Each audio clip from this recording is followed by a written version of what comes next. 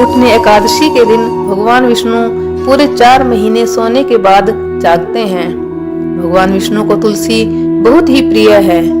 बिना तुलसी के विष्णु भगवान की पूजा पूरी नहीं होती। कहते हैं कि तुलसी दल अर्पित करने से श्री हरि को प्रसन्न किया जा सकता है। देव उठने एकादशी के पावन दिन भगवान शालिग्राम और माता तुलसी का विवाह किया जाता है। जो लोग देव उठने 11 के दिन तुलसी का विवाह संपन्न कराते हैं उनको सभी प्रकार के सुखों की प्राप्ति होती है। कहते हैं कि इस दिन तुलसी विवाह की कहानी अवश्य ही सुननी चाहिए। आइए सुनते हैं तुलसी विवाह की कथा। जालंधर नाम का एक पराक्रमी असुर था जिसका विवाह वृंदा नाम की कन्या से हुआ। वृंदा भगवान विष्णु की परम भक्त थी और पतिव्रता थी। इसी कारण जालंधर अजेय हो गया। अपने अजेय होने पर जालंधर को अभिमान हो गया और वह स्वर्ग की कन्याओं को परेशान करने लगा। दुखी होकर सभी देवता भगवान विष्णु की शरण में गए और जालंधर के आतंक को समाप्त करने की प्रार्थना करने लगे।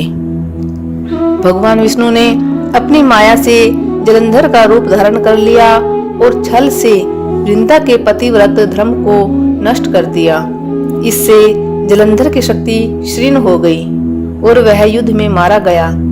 जब वृंदा को भगवान विष्णु के छल का पता चला तो उसने भगवान विष्णु को पत्थर का बन जाने का श्राप दे दिया।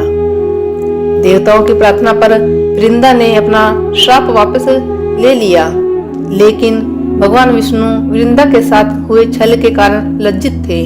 अतः वृंदा के श्राप को जीवित रखने के लिए उन्होंने अपना एक रूप पत्थर रूप में प्रकट किया जो शालिग्राम कहलाया।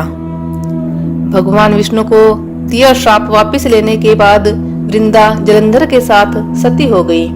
वृंदा के राख से तुलसी का पौधा निकला। वृंदा की मर्यादा और पवित्रता को बनाए रखने के लिए देवताओं ने भगवान विष्णु के शालिग्राम रूप का विवाह तुलसी से कराया। इसी घटना को याद रखने के लिए प्रतिवर्ष कार्तिक शुक्ल एकादशी यानी देव बोधन एकादशी के दिन तुलसी का विवाह शालिग्राम के साथ कराया जाता है। शालिग्राम पत्थर गंडकी नदी से प्राप्त होता है। भगवान विष्णु ने वृंदा से कहा कि तुम अगले जन्म में तुलसी के रूप में प्रकट होगी और लक्ष्मी से भी अधिक मेरी प्रिय रहोगी। तुम्हारा स्थान मेरे शीश पर होगा। मैं तुम्हारे बिना भोजन ग्रहण नहीं करूंगा। यही कारण है कि भगवान विष्णु के प्रसाद में तुलसी अवश्य रखा जाता है। बिना तुलसी के अर्पित किया गया प्रसाद भगवान विष्णु स्वीकार नहीं करते हैं।